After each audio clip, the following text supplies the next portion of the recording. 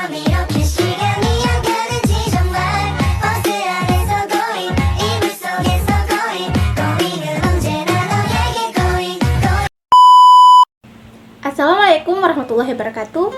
Halo teman-teman, perkenalkan nama saya Nur Faizah, NIM 21080310248. Di sini saya dari Prodi Administrasi Keuangan.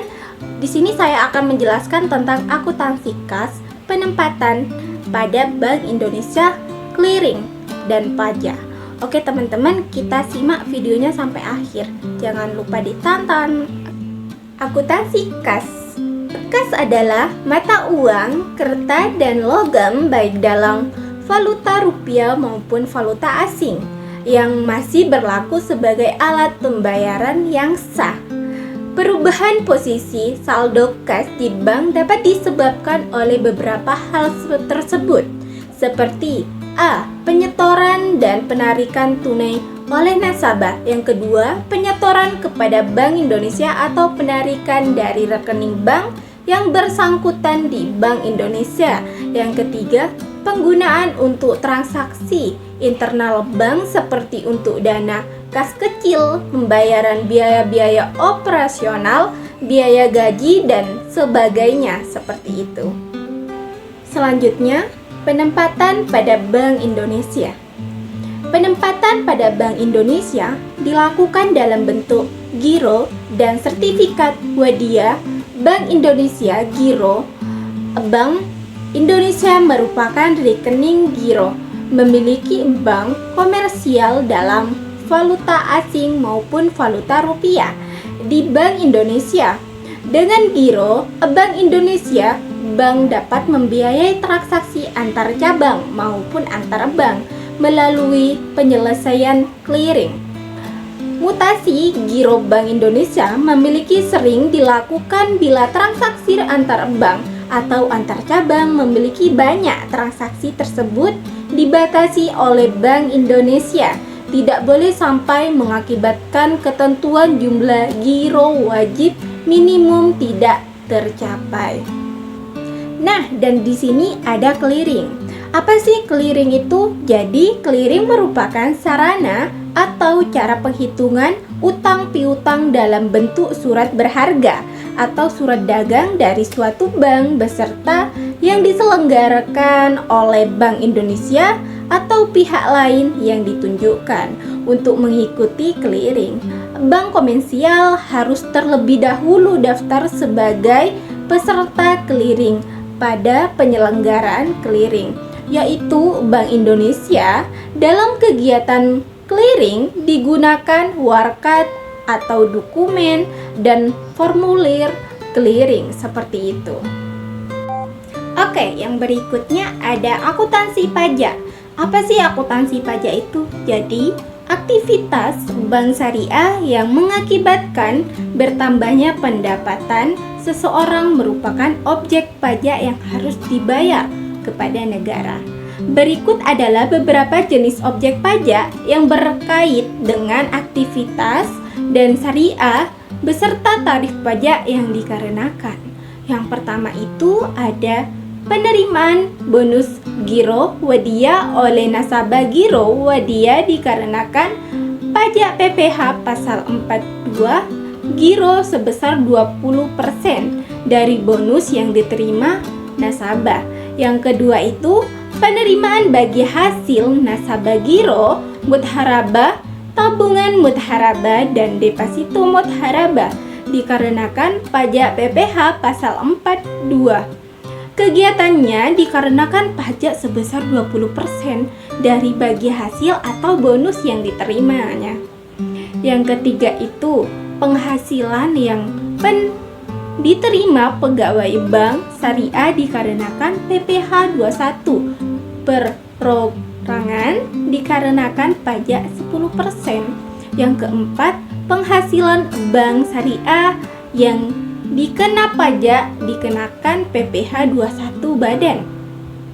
Nah, yang kelima itu driven yang dibayar bank syariah kepada pemegang saham dikarenakan PPh pasal 42 dividen. Seperti itu. Baik, di sini ada Contoh kasus 1. Berikut adalah ilustrasi transaksi kas kecil Bank Murni Syariah bulan Juni. Nah, jadi pada tanggal 1 Juni 20 XB dibentuk dana kas kecil sebesar 1 juta. Nah, pada tanggal 6 Juni 20 XB dibayar biaya bahan bakar mobil kantor sebesar Rp200.040. Nah, pada tanggal 9 Juni 20 XB dibayar biaya konsumsi rapat sebesar Rp260.000. Pada tanggal 10 Juni 20 XB dibayar asuransi cash insaf sebesar Rp60.000. Nah, pada tanggal 10 Juni 20 XB dibayar asuransi cash in transit sebesar Rp40.000. Nah, pada tanggal 11 Juni 20 XB dibayar survei kendaraan kantor 100 sebesar Rp100. Nah, pada tanggal 18 Juni 20 XB dibayar biaya listrik bulan terakhir sebesar Rp180.000. Pada tanggal 24 Juni 20 XB dibayar biaya air bulan terakhir sebesar Rp50.000. Nah, pada tanggal 26 Juni 20 XB dibayar biaya langganan koran dan majalah sebesar Rp50.000. Pada tanggal 30 Juni 20 XB kas kecil diisi kembali. Buatlah jurnal transaksi di atas dengan menggunakan 1. Metode dana tetap, yang kedua metode berfluktuasi seperti itu. Nah, dan di sini ada penyelesaian kasus 1. Yang pertama, jurnal bila menggunakan sistem dana tetap. Jadi, pada tanggal 1 Juni 20 XS dana kas kecil masuk ke debit 1 juta. Nah, kas masuk ke kredit 1 juta. Pada tanggal 30 Juni 20 XS, beban bahan bakar masuk ke debit Rp240.000, sedangkan beban konsumsi rapat masuk ke debit Rp260.000, sedangkan beban asuransi cash insaf masuk ke debit sebesar Rp60.000. Sedangkan beban asuransi cash in transit masuk ke debit juga sebesar Rp40.000. Nah, beban servis kendaraan masuk ke debit sebesar Rp100.000. Beban listrik masuk ke debit sebesar Rp180.000. Beban air masuk ke debit sebesar Rp5.000. Beban koran dan majalah masuk ke debit sebesar Rp50.000. Sedangkan dana kas kecil masuk ke kredit Rp980.000.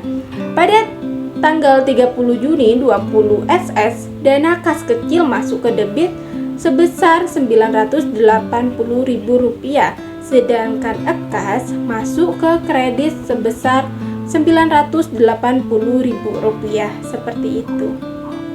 Nah, untuk yang kedua, jurnal bila menggunakan sistem metode fluktuat. Jadi, pada tanggal 1 Juni 20 XB, dana kas kecil masuk ke debit sebesar 1 juta dan kas masuk ke kredit sebesar 1 juta.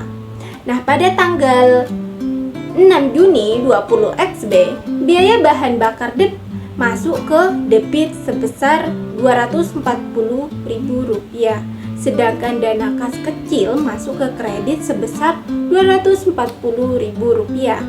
Pada tanggal 9 Juni 20 XB, biaya konsumsi rapat masuk ke debit, nah sebesar Rp260.000, sedangkan dana kas kecil masuk ke kredit sebesar Rp260.000 juga.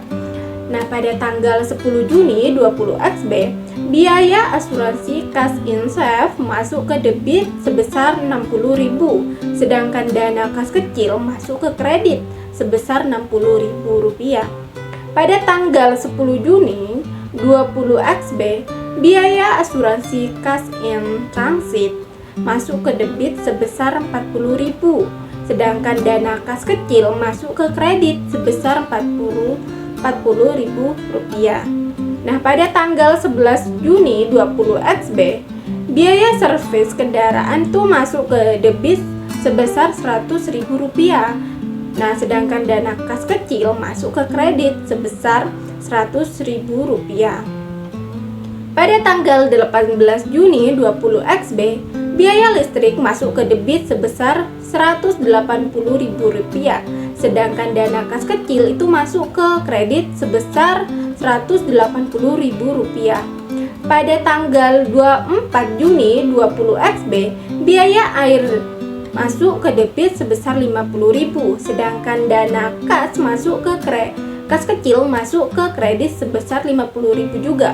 Pada tanggal 26 Juni 20XB, biaya koran dan majalah masuk ke debit sebesar 50.000, sedangkan dana kas kecil masuk ke kredit sebesar 50.000 juga.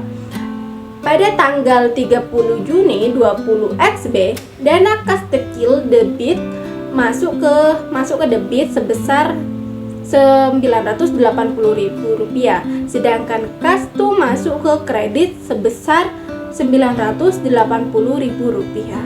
Seperti itu. Baik, hanya ini yang dapat saya sampaikan. Kurang lebihnya saya Nurfaiza, mohon maaf jika ada kesalahan. Wassalamualaikum warahmatullahi wabarakatuh. Bye bye.